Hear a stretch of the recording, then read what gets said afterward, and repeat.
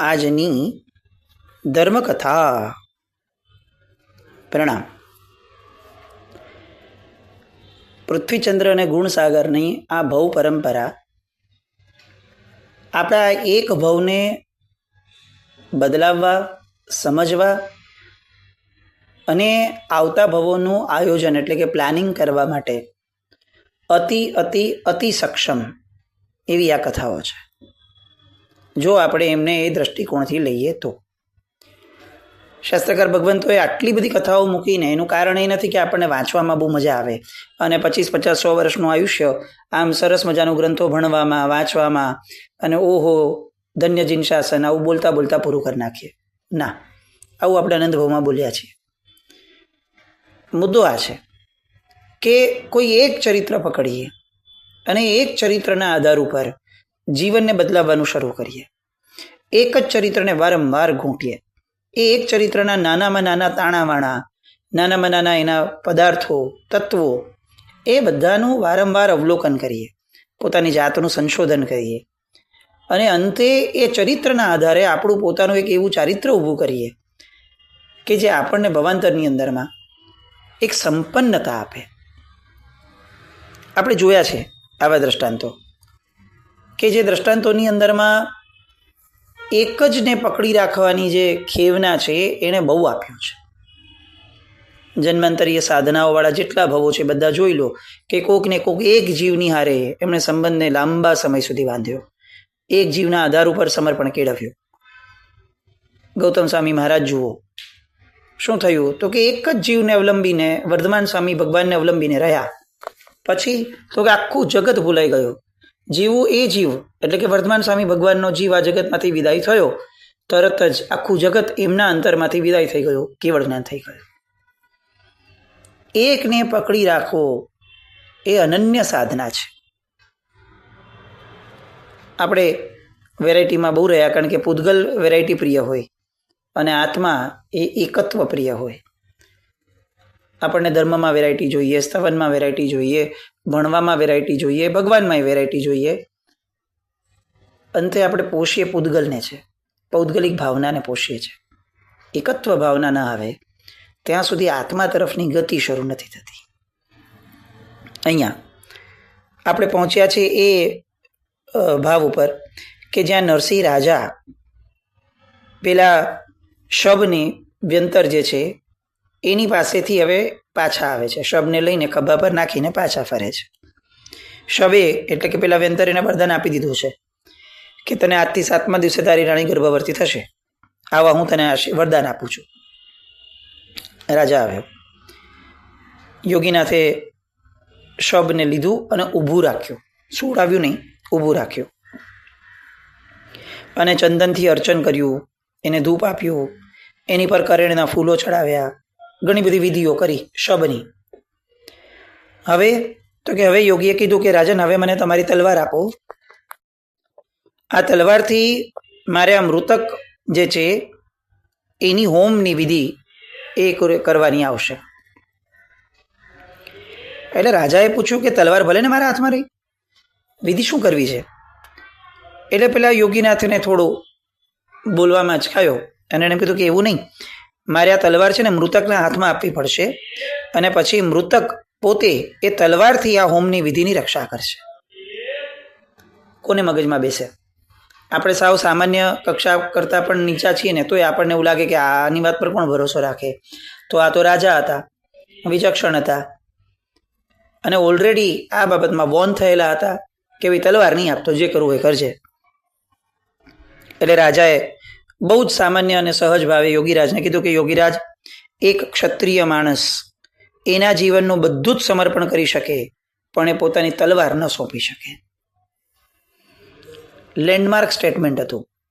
હું નહીં આપું, મને આમ કરવું છે, તમે આપીને હું પછી તમે આવું કરો તો. આવી ક્ષુલ્લક એક પણ વાત નહીં. જવાબ કેવો? કરવું શું છે અંતે એ જ કરવું છે, જે આવી ક્ષુલ્લક વાત કરનારાએ કરવું હોય, પણ જવાબ કેવો? લેન્ડમાર્ક જવાબ. આપણે જીવનમાં છે ને આવા સ્ટેટમેન્ટ આપતા નથી શીખ્યા કે જે સ્વ પર બંને માટે બહુ જ કઠિન પડી જાય. શામા માટે આપણને કંઈક કરવું કઠિન પડી જાય કે ભાઈ હવે આનો જવાબ કેવી રીતે આપવો ને આવું કામ હવે કેવી રીતે કરાવડાવવું, અને આપણા માટે પણ આ વાત રહી જાય કે હવે ઓલો આપણી પાસે ગમે તે ભોગે કરાવડાવી લે, એ જે કઠિનાઈ આવે એની પહેલાં આપણે એમાંથી બહાર નીકળી ગયા. આ સંસારમાં ક્યારે પણ આપણે આત્યંતિક રીતે નહીં જીવી શકીએ કે કોઈ પણ એક એક્સ્ટ્રીમ પકડશું નહીં. આ સંસારમાં હંમેશા વચલે માર્ગે જ જીવી શકાશે, અને એ વચલો માર્ગ હંમેશા વિચક્ષણ માણસને જ મળશે, વૈરાગી માણસને જ મળશે, સમજુ માણસને જ મળશે, ઉપશાંત થયેલા માણસને જ મળશે. જ્યાં સુધી એની લાગણીઓનો પ્રવાહ અટકતો નથી, એ સંવેદનશીલતામાં નથી જતા પ્રસંગની કોઈ વ્યક્તિ, ત્યાં સુધી એ ઉપાયની દિશા તરફ નથી જઈ શકતો. અહીંયા આ રાજાને આપણે જોયો છે કે એને નહોતું જવું આ યોગીરાજ પાસે, મંત્રીના આગ્રહથી ગયો, પોતાની પત્નીના દોહદથી ગયો છે, ભાઈ એને ઘણા વખતથી ઈચ્છા છે એટલે, પણ આ બધું કરતા વખતે પોતાની લાગણીઓ એ હંમેશા ઉપશાંત રહી છે અને સંવેદનશીલતા પ્રબળ રહી છે, એટલે મગજને જીવંત રાખી અને ત્યાં ઊભો છે. અને એવું સ્ટેટમેન્ટ આપ્યું કે હવે યોગીરાજ શું કહેશે, પણ તેમ છતાં યોગી પ્રયત્ન તો કરશે જ. એટલે કે છે કે રાજન, તમે આ શું કહો છો? જો આ યોગની વિધિ અધૂરું રહી તો મારું ને તમારું બંનેનું આવી પડશે. આ બધા વિચાર તમે પછી કરજો, ક્ષત્રિય અને બધી વાત, પહેલાં મને તલવાર આપી દો, ચાલો. નરસિંહ રાજા અડગ હતા. સામે કોણ છે, શું બોલે છે, એની કિંમતો હંમેશા ઓછી જ રહેવાની. આ પ્રસંગમાં કરવા જેવું શું છે એની કિંમત વધારે રહેવાની. આપણા જીવનમાં મોસ્ટ ઓફ જેટલી મુશ્કેલી છે ને એનું મૂળ કારણ આ છે કે આપણને ખબર છે કે અહીંયા કરવા જેવું છે, પણ પછી આપણે કોમ્પ્રોમાઇઝ કરીએ છીએ કે કરવા જેવું બરાબર, પણ જુઓ ને યાર આ વ્યક્તિ બોલે છે તો હવે શું કરવું, જુઓ ને હવે લોકોને આવું લાગે છે તો શું કરવું. નહીં, જડતા ન હોય એની કોઈ ના નથી, પણ દ્રઢતા તો હોવી જોઈએ. સિદ્ધાંત શું છે એ સમજવું, એ વિવેક કેળવવો, એ ધર્મીજનનું પ્રથમ લક્ષણ છે. અહીંયા રાજાએ પોતાના સિદ્ધાંતને વળગીને કોઈ પણ ભોગે યોગી જે બોલે તે, અને પોતે પાછો નિર્ભય છે એટલે યોગી એને ડરાવે તોય ચિંતા નથી.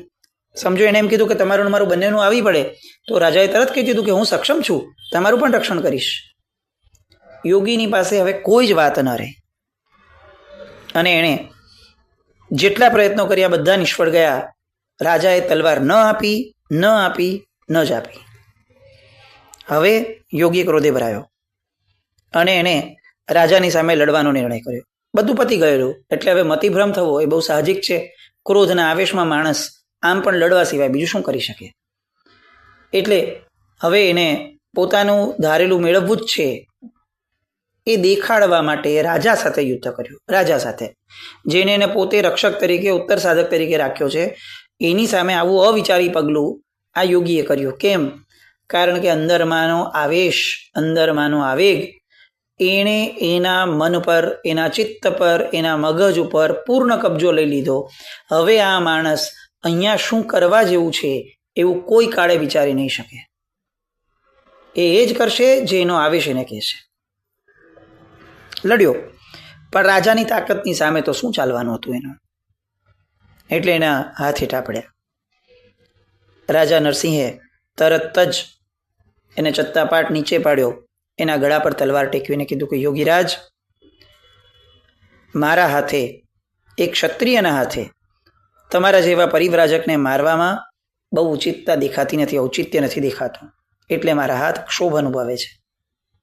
હું તમને મારીશ નહીં, પણ મને વચન આપો કે આવા કૃત્યો કે જેની અંદરમાં માયા કરવી, લુચ્ચાઈ કરવી, કોઈને ભોળવવું, કોઈને મારી નાખવું, પોતાની કોઈક વસ્તુ પ્રાપ્ત કરવા માટે દુનિયાનું જે થવું હોય એ થાય, આવી નીચ કક્ષાની વૃત્તિ સુધી પહોંચી જવું, આ બધું બંધ કરો યોગીરાજ. આવું બીજી વાર ક્યારેય નહીં કરો. આવું વચન આપો તો તમને જવા દઉં, નહીં તો મારી પાસે અન્ય રસ્તાઓ પણ છે. હવે યોગી પાસે જીવ બચાવવા માટે મહારાજાને વચન આપવા સિવાય બીજો કોઈ વિકલ્પ ન હતો. એટલે જૂઠું પણ બોલી શક્યો હતો, પણ રાજાની અડગતા, નિર્ભયતા અને મન વચન કાયાનું એકત્વ એણે સામા વ્યક્તિ ઉપર બહુ જ ઘેરી અસર પાડી, અને આ યોગી અંદરથી હચમચી ગયો. અને યોગીએ વચન આપ્યું કે આજ પછીથી આવા કૃત્યો કે જે ખરેખર નિંદનીય છે શિષ્ટ પુરુષો માટે અને મારા વેશને અભડાવે એવા છે, એવું એક પણ કાર્ય હું નહીં કરું. પોતાનું હૃદય પરિવર્તન જે થયું એનો યોગીને પણ આનંદ થયો. રાજાને તો ચલો ઠીક છે કે એક કાર્ય પૂરું થયું, પણ યોગીને પોતાને ખૂબ આનંદ થયો કે આ રાજા એ તો મારો ઉપકારી છે. એણે તલવાર આપી દીધી હોત અને કદાચ મેં એને મારી નાખ્યો હોત તો બહુ તો મને સિદ્ધિ મળત, પણ એ અડગ રહ્યો તો મને શુદ્ધિ મળી. અને આ જગતની અંદરમાં સિદ્ધિ કરતાં અનેક ગણી મહત્વની વસ્તુ શુદ્ધિ છે.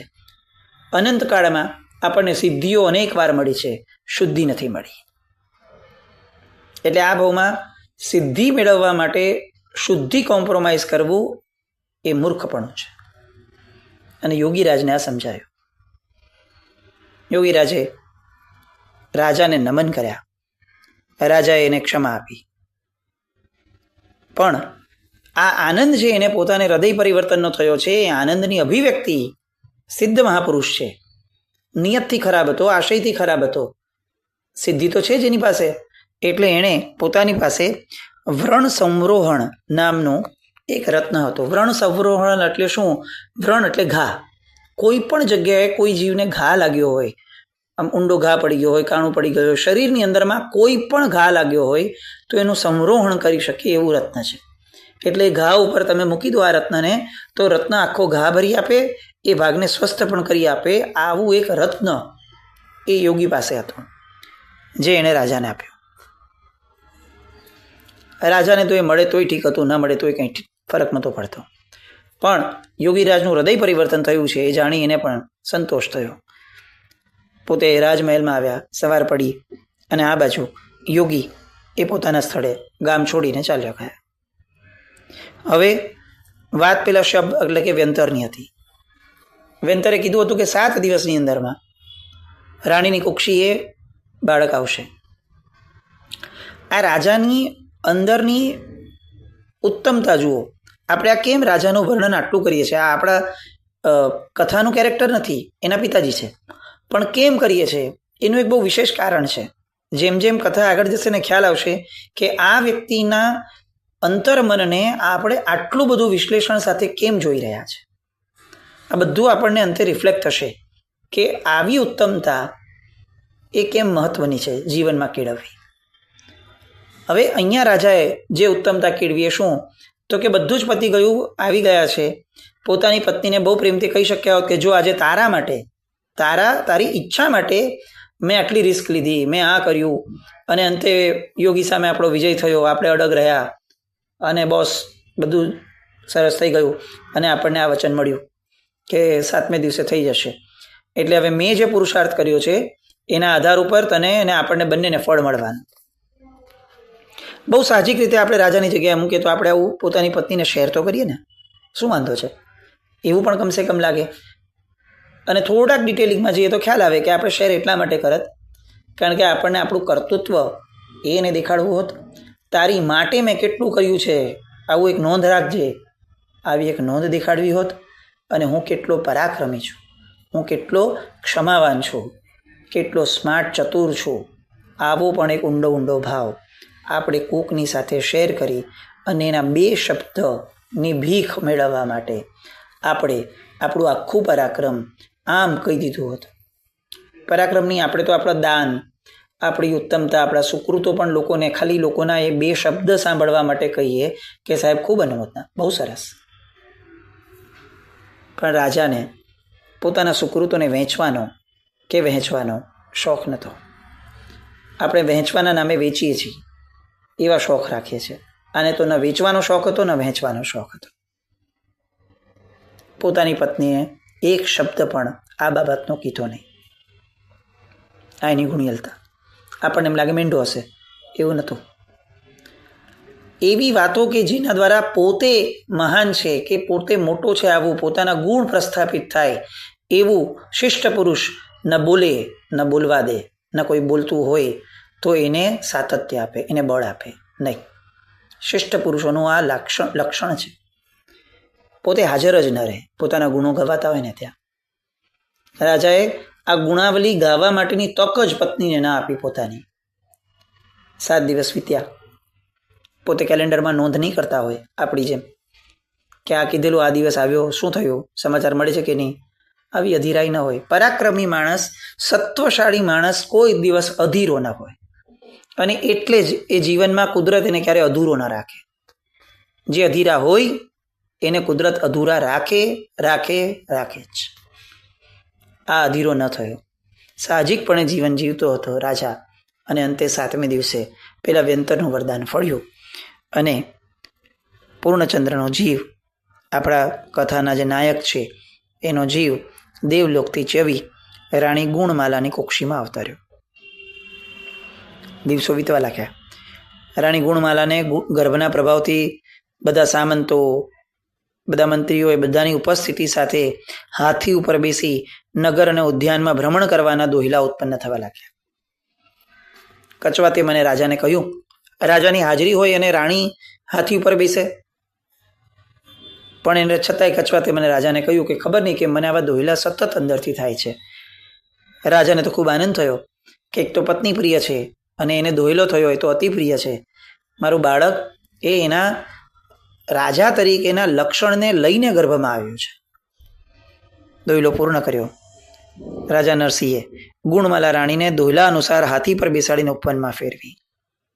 આમ ને આમ અલગ અલગ પ્રકારના દોહિલાઓ ઉત્પન્ન થવા લાગ્યા.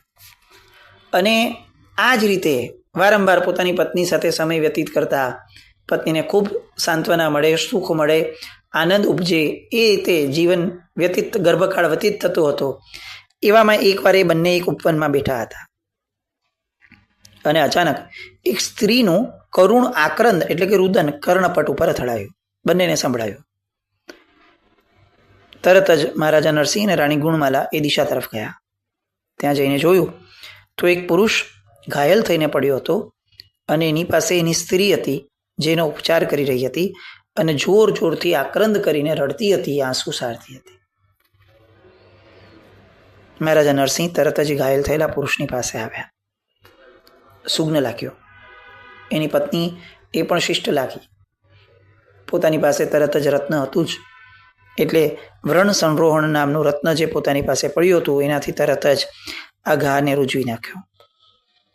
અને એ જે વ્યક્તિ પુરુષ હતો એને તરત જ સ્વસ્થતા અનુભવી, એકદમ બેઠો થઈ ગયો. રાજા નરસિંહે પૂછ્યું કે ભાઈ, તમે આવી મુશ્કેલીમાં કઈ રીતે આવી પડ્યા?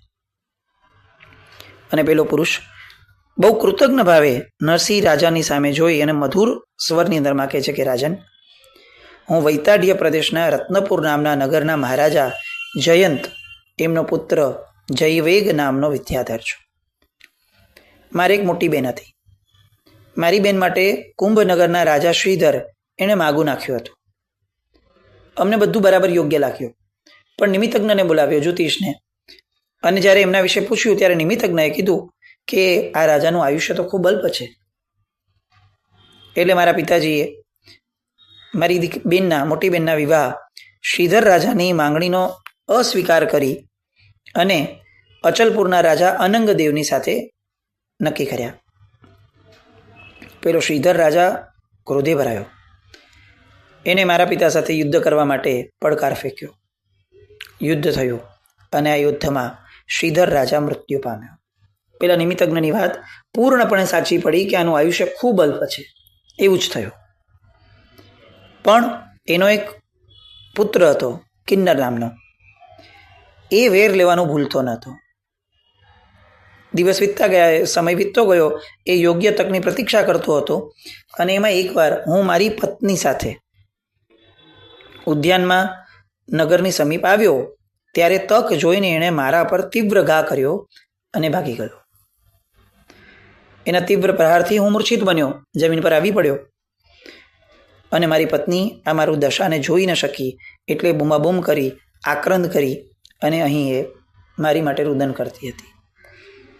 મારી પ્રિયાનું આક્રંદ આપે સાંભળ્યું. આપ અહીં દોડીને આવ્યા અને આ રત્નના પ્રભાવથી આપે મને સ્વસ્થ કર્યો. આ વૃત્તાંત સાંભળ્યો. રાજાને આનંદ થયો કે એક યોગ્ય પુરુષની સહાય એમણે કરી છે. રાજા નરસિંહ અને રાણી ગુણમાલા એ બંને આ વિદ્યાધર પતિ પત્નીની સાથે ખૂબ હળીમળી ગયા. વિશેષપણે આ ગુણમાલાને રવિકાંતા વિદ્યાધરી સાથે અત્યંત મિત્રતા, સખીપણું બંધાયું. બંને વચ્ચે ઘણી વાતો થઈ. ગુણમાલાએ ઘણી બધી વાતો પોતાની કરી. આ બાજુ રવિકાંતા એ પોતાની વાતો કરે છે. મહેલમાં રોકાયા, યજમાન બન્યા આ બંને, અને ઘણા દિવસો સુધી એમને એમનું સાનિધ્ય રાખ્યું. અવારનવાર આવી રીતે રાજભવનમાં આવતા રહેજો, આવા આમંત્રણો અપાયા. સહૃદયપૂર્વક બધા બંને રાજા રાણી અને વિદ્યાધર બંને એકબીજા સાથે આવી રીતે આપલે કરે છે વિચારોની. અને કેટલોક સમય વીતતા બંને આજ્ઞા મેળવી અને ત્યાંથી વિદાય લઈને પોતાની નગરીમાં જાય છે. આપણને એમ લાગે કે આ બધા પ્રસંગો વચ્ચે વચ્ચે કેમ મૂકતા હશે? આપણે ડાયરેક્ટ જે કેરેક્ટર છે આપણું એની કેમ વાત નથી કરતા કથાનાયકની? આ રાજા નરસિંહે શું કર્યું એ ઓલા યોગી સાથે, એ વાતની શું જરૂર હતી? પણ તમે જુઓ, એક આખી કડી મળે છે. પેલા યોગી સાથે જે થયું ને એના દ્વારા એને રત્ન મળ્યું. એ રત્ન મળ્યું, એ રત્નનો ઉપયોગ ક્યાં થયો? તો કે આ વિદ્યાધરના ગાને રૂજવવા માટે થયો. હવે આ વિદ્યાધરનું પાત્ર એ કઈ રીતે મહત્વનું થવાનું છે એ સમજાશે. આખો ને આખો ફ્લો આપણને સમજાવે છે કે કુદરતે નિશ્ચિત કરેલા પ્રવાહમાં આપણે બસ જીવી રહ્યા છીએ. આપણને લાગે છે કે આપણે કંઈક કરી રહ્યા છીએ, પણ ના. કુદરતે અંતે આપણને જ્યાં લઈ જવું છે ત્યાં લઈ જવા માટે જ આપણી પાસે પ્રસંગો કરાવવામાં આવે છે. રમકડાને ચાવી ભરાવાય છે અને રમકડું જોર જોરથી નાચે છે. આપણને એમ લાગે છે કે રમકડું ખુશ છે. ના, રમકડું ચાવીના ઈશારે ફક્ત પ્રવૃત્તિ કરે છે. આવી પ્રવૃત્તિઓ માટે અને આવી બધી વાતો ક્યાં લઈ જાય છે આ કથાને, એની માટે આવતીકાલે ફરીથી મળશું. જીનાજ્ઞા કંઈ પણ બોલાય તો મેં છામી તો પણ જય નમ જય અતિશાસન.